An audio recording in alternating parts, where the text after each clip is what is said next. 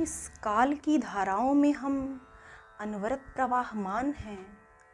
हमारी पगडंडी परिवर्तित होती ही जा रही है। अहो विधाता, काश कि कोई सद्वचनों से प्रेरित कर नवीन पथ दिखलाता हमें, परंतु भर्तृहरि तो कहते हैं कि सद्वचन हमारे भीतर ही जीर्ण हो गए। बोद्धारो मत्सरग्रस्ता प्रभवः स्मय दूषिताः अबोधो पहतश्चान्ये जीर्णमंगे सुभाषितम।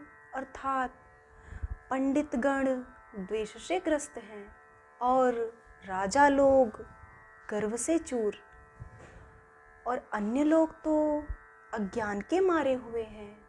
बेचारा सुभाषित हमारे भीतर ही जीर्ण हो गया। अहो विधाता, अनादिकाल से अनंत जन्म व्यतीत हो चुके हैं और हम अभी तक सोए हुए हैं। केन उपनिषद के द्वितीय खंड का 5वां मंत्र कहता है कि इह चेद वेदिदत् सत्यमस्ति न चेदिहा वेदी न महती विनष्टि भूतेषु भूतेषु विचित्य धीराः प्रेत्यास्माल्लोकादमृता भवन्ति। अर्थात मानव देह अत्यंत दुर्लभ है। यदि इसके रहते परमात्मा को जान लिया तब तो उचित है, अन्यथा महान विनाश है। उपनिषद के इस मंत्र के अनुसार तो हम विनाश की ओर नित्य अग्रसर हो रहे हैं, और भर्तृहरि के नीति वचन के अनुसार हम मूढ़ सिद्ध होते हैं, क्योंकि सद्वचनों को हमने श्रवण तो किया परंतु मनन और धारण नहीं कर पाए।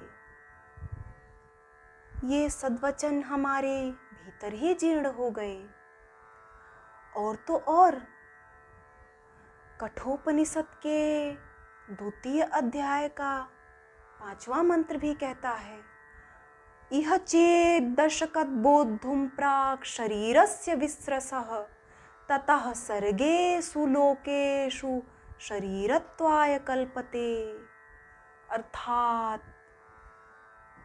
यदि शरीर का पतन होने से पहले हमने परमात्मा को जान लिया तब तो उचित है, अन्यथा सर्गों तक कल्पों तक नाना योनियों में भटकना होगा। कठोपनिषद के इस मंत्र के अनुसार हम पतन की ओर नित्य अग्रसर होते जा रहे हैं, क्योंकि इन मंत्रों की ओर हमने कभी गौर नहीं किया। ये सद्वचन हमारे भीतर ही जीर्ण हो गए, जिसके कारण हम पतन की ओर उन्मुख होते जा रहे हैं, और जिसके कारण हमारा विवेक भ्रष्ट हो गया है। और भर्तृहरि तो कहते हैं कि विवेक भ्रष्ट लोगों का पतन सैकड़ों प्रकार से होता है। शिरः शार्वं स्वर्गात् पशुपति शिरस्तः क्षितिधरं महिध्रादुत्तुङ्गात् दवनिमवनेश्चापि जलधिम् अधोधो गङ्गेयं पदमुपगतास्तोकमथवा विवेकभ्रष्टानां भवति विनिपातः शतमुखः। अर्थात गंगा स्वर्ग से शिव के मस्तक पर गिरी और शिव के मस्तक से हिमालय पर्वत पर, हिमालय पर्वत से पृथ्वी पर और पृथ्वी पर से समुद्र में जा मिली। इस प्रकार वह नीचे से नीचे गिरती गईं। वास्तव में जिसका विवेक भ्रष्ट हो गया है उसका पतन सैकड़ों प्रकार से होता है।